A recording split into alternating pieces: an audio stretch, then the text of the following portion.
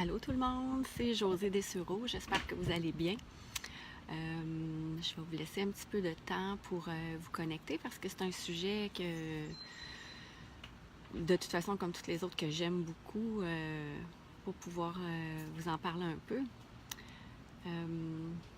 Donc, je vous laisse quelques temps un petit peu. Est-ce que vous trouvez qu'il fait beau par chez vous?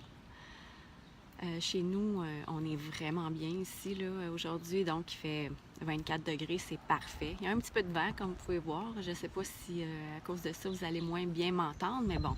Allô Maude, tu vas bien Maude? Donc, je vais commencer. Je voulais vous parler justement de l'exercice aujourd'hui, comment que... Puis le mouvement, puis aussi un muscle qu'on ne parle pas vraiment beaucoup, surtout chez les femmes, c'est celui du plancher pelvien. Donc, les exercices et le mouvement, pourquoi sont importants? Bien évidemment, c'est pour tous les muscles qu'on a à travers notre corps. Hein? Donc, plus on vieillit aussi, et moins ça devient fonctionnel. Donc là, les bobos commencent et évidemment, on a moins d'énergie. On a plus de gras aussi dans le corps parce que, comme vous savez probablement, les muscles sont notre plus gros brûleur de gras naturel.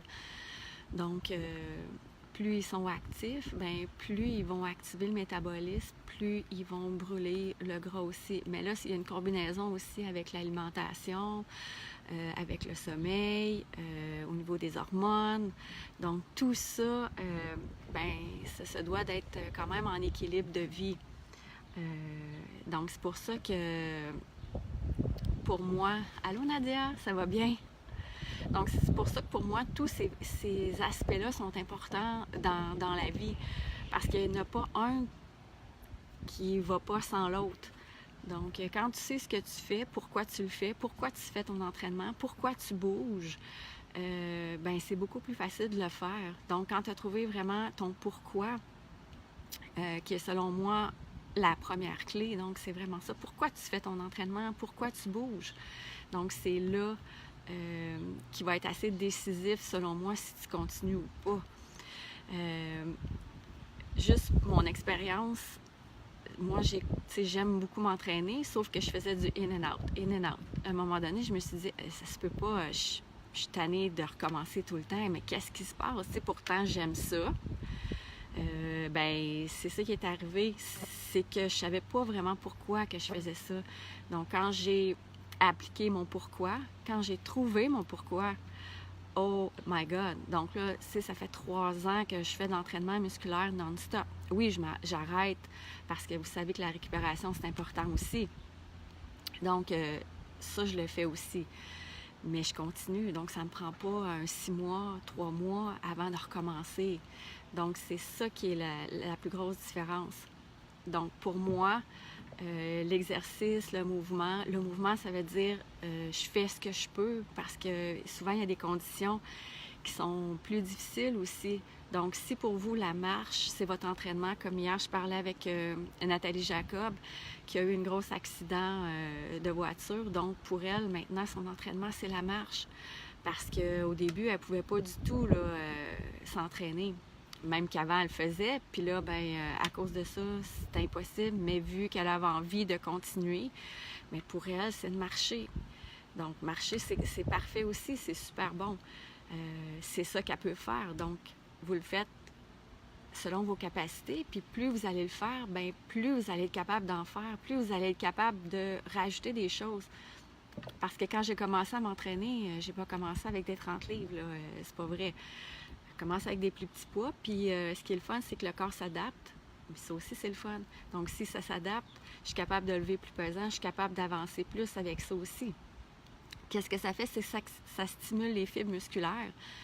Donc, comme je vous disais, si on stimule la fibre musculaire, ça devient beaucoup plus facile aussi de plus en plus tout le temps. Donc, c'est ça qu'on veut. Puis, on est souvent aussi comment je pourrais dire, donc de toute façon, il faut tout le temps changer notre entraînement parce que, justement, le corps s'adapte. À un moment donné, ben, il n'y a plus de, je vais dire, résultats. Mais c'est ça. Donc, si on va aller plus loin, il faut qu'on change. Donc, tu sais, moi aussi, en tant qu'entraîneur, je change les entraînements de mes clientes au moins aux 4 semaines, justement pour que les résultats arrivent le plus rapidement possible.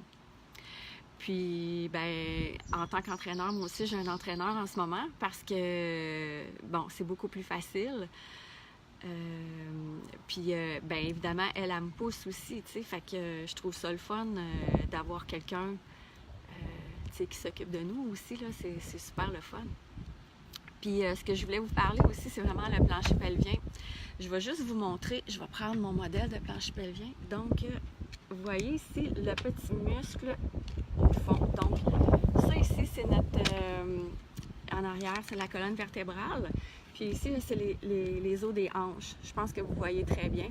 Donc ici, c'est vraiment tous les organes qu'on a. Donc, ce que ça va faire ici, le plancher pelvien, c'est un petit muscle. Donc, chez les gars et les femmes, on en a. Sauf que avec la grossesse, bien évidemment, chez les femmes, ça se brise plus facilement. Donc, on peut avoir des descentes de vessie, d'organes. Donc, ça, c'est moins le fun aussi. Quand vous faites vos entraînements, puis que vous avez des fuites urinaires, qu'on va se le dire, OK, c'est pas normal. Même si on voit à télé, mettez des pads, mettez des tampons, c'est pas normal d'avoir une fuite. Ce que je vous conseille de faire, c'est vraiment d'aller voir un physiothérapeute du plancher pelvien, qui, elle, je dis elle parce que moi je travaille avec une sur la Rive-Nord, elle est à Laval, elle s'appelle Sabrina Silla. Donc c'est ça, elle va pouvoir vous dire vraiment quoi faire, puis comment rééduquer le plancher pelvien. Donc après la grossesse, c'est important, quand votre médecin vous dit oui, c'est beau, vous pouvez commencer à vous entraîner, mais allez voir aussi une physiothérapeute du plancher pelvien parce que c'est elle ou eux qui sont les plus qualifiés pour vous aider.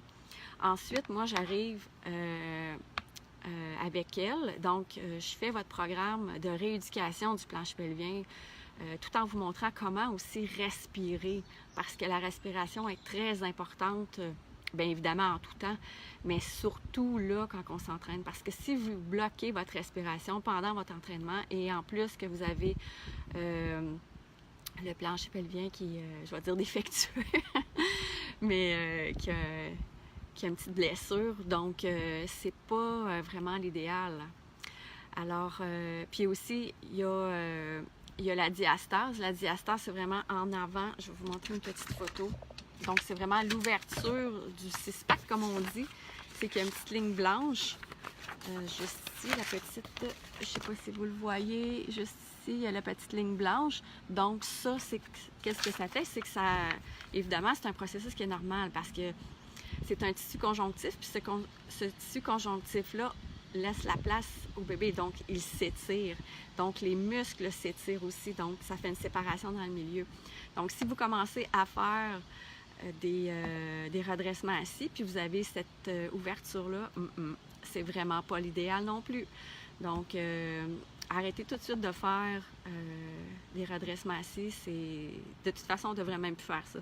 Moi, j'en fais même pas, puis j'ai pas de diastase. Donc, quand que la physiothérapeute m'a dit ça et que quand j'ai fait ma formation, qui ont répété la même chose, j'ai fait comme, OK, non, c'est terminé, on fait plus ça. Donc, il y a d'autres exercices à faire. Puis, je vous dirais que je ne fais aucun abdos, puis qui est quand même solide, là. C'est vraiment d'amener avec la respiration et de faire ça, de façon différente. Donc, comme ça devient beaucoup plus facile aussi pour chaque femme. Donc, si on devient beaucoup plus consciente de ça, puis en même temps, prenez votre temps après la grossesse parce que c'est quand même important de healing, de bien récupérer parce que quand même, c'est quelque chose là, que pour le corps, là, ce que vous avez donné la vie, là, donc prenez du temps aussi là, pour vous. Donc, Donc, la rééducation, très, très importante. Et puis, évidemment, la respiration et faire ce que vous pouvez faire, y aller avec les capacités que vous avez, puis soyez bien enligné. Donc, demandez des conseils, prenez un entraîneur privé certifié. Donc, enlignez-vous comme ça va être beaucoup, beaucoup plus facile pour vous de bien commencer. Fait que si vous avez besoin d'informations encore un peu plus à ce niveau-là, vous savez, je suis là pour répondre à vos questions.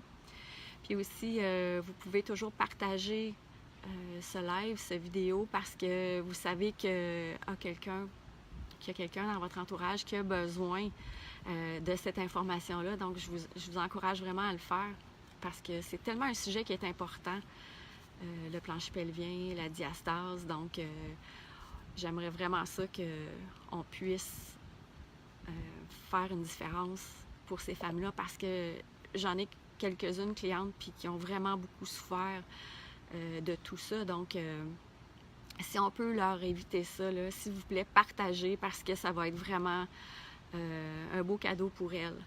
Donc, sur ce, je vous embrasse et je vous revois la semaine prochaine. La semaine prochaine, je crois que ça va être sur le sommeil. Donc, au fond, ça va faire du bien ça, un bon petit sommeil. Donc, ben oui, Maude, merci de le rappeler. Maude a dit, si vous voulez avoir plus de trucs et astuces, vous pouvez vous inscrire à mon défi de 6 jours qui débute lundi, le 6 août. Donc, je vais vraiment vous parler de l'équilibre de vie qui est, selon moi, super importante, justement, pour avoir une meilleure énergie, une meilleure forme. Donc, on se revoit bientôt et à la prochaine tout le monde. Bye!